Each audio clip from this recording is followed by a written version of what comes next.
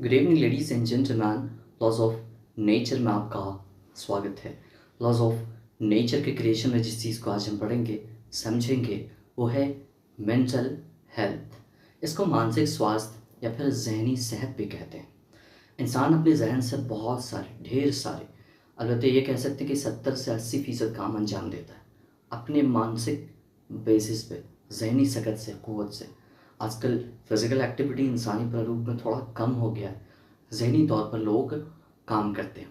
IT sector है, कई sector है। एजुकेशन सेक्टर का जिस तरह से इस दुनिया में फ़रोग़ हुआ, फिर उसके बाद से जो आईटी सेक्टर ने इस जहन के इस्तेमाल पे बहुत बड़ा ज़ोर दिया है। इसके साथ साथ अपनी फ़िज़िकल हेल्थ पर इंसानों ने ध्यान देना छोड़ दिया।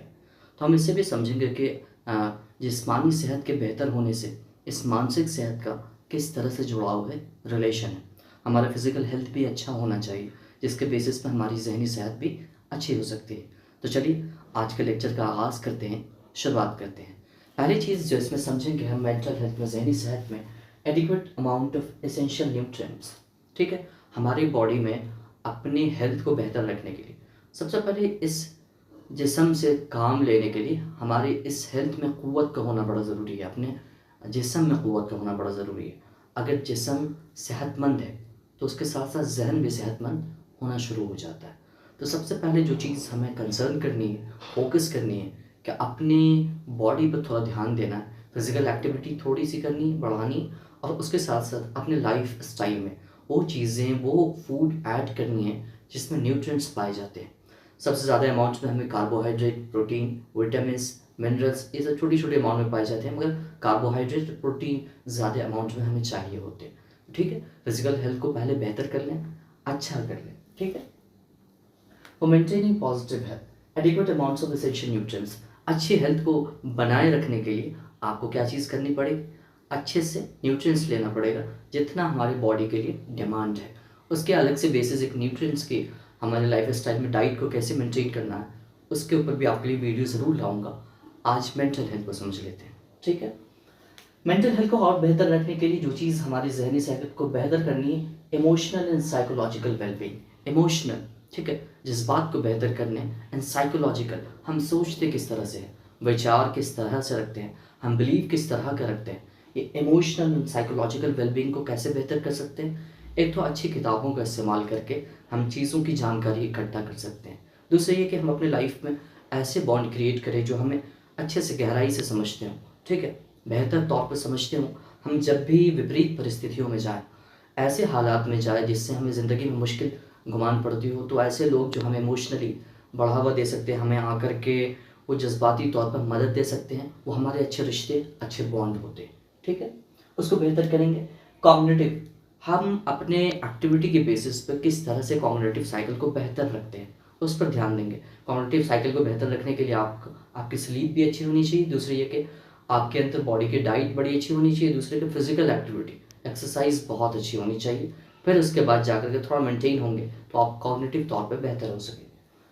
ठीक है, इमोशनल कैपेबिलिटीज़। इमोशनली इंसान जो है ना, किन किन चीज़ों को करने के लिए, देखिए इंसान के पास बहुत ऐसे ऐसे तूफ़ान आते हैं, ऐसी ऐसी चीज़ें आती हैं जिससे इमोशनली अपने आप को बरकरार रखना पड़ता है, अपने आप को बनाए रखना पड़ता है उस सिचुएशन में, उस हालात में।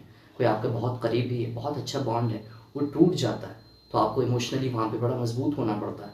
तो इमोशनल कैपेबिलिटीज़ को बेहतर करने के लिए आप जिस चीज़ को मैं सजेस्ट करूँगा, अगर आप मुस्लिम हैं तो नमाज को अपने लाइफ का हिस्सा बनाएं। दूसरे जो भी चीज़ें सेक्टर से बिलोंग करते हैं, मेडिटेशन को अपने लाइफ का पार्ट बनाएं, हिस्सा बनाएं। ठीक है, एसेस मेंटल हेल्थ। एक अच्छे मेंटल हेल्थ को एसेस करने के लिए कि वो मेंटल हेल्थ, जहनी सेहत बेहतर है या नहीं है, उसका पैमाना क्या होगा, उसे हम कैसे समझेंगे, देख लेते हैं। हाउ इफेक्टिवली और successfully a person functions. How effectively, कितना इफेक्टिव होकर के, कितना प्रभावी होकर के कोई शख्स काम करता है, फंक्शन में रहता है, अपने कामों को अंजाम देता है, वो इसको एक्सेस करना है, समझना है। ठीक है, फीलिंग कैपेबल एंड कॉम्पिटेंट। ठीक है, किसी भी काम को, किसी भी चीज़ को करने के लिए वो अपने आप को कितना सक्रिय समझता है कि मैं इस काम को अंजाम दे सकता हूँ। ठीक है, कैपेबल एंड कॉम्पिटेंट।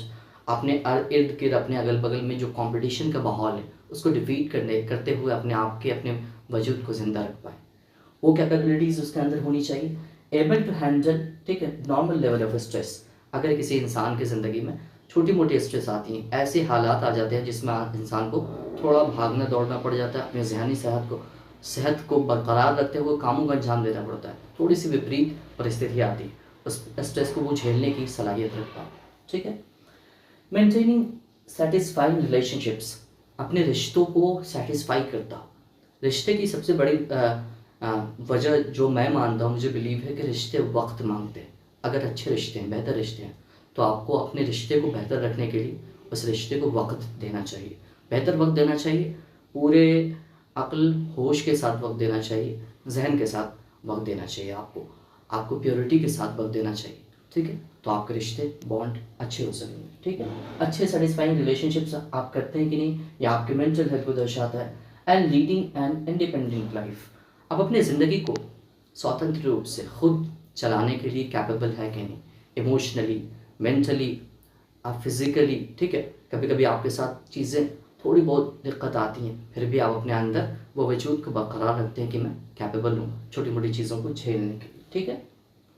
इंडिपेंडेंट होकर being able to bounce back और रिकवर फ्रॉम डिफ़िकल्ट सिचुएशंस, कभी कभी ऐसे बिलीफ से आप जुड़ जाते हैं, या फिर कभी कभी ऐसे हादसात आपके साथ हो जाते हैं जिससे आप निकल पाना, उभर पाना बड़ा मुश्किल होता है।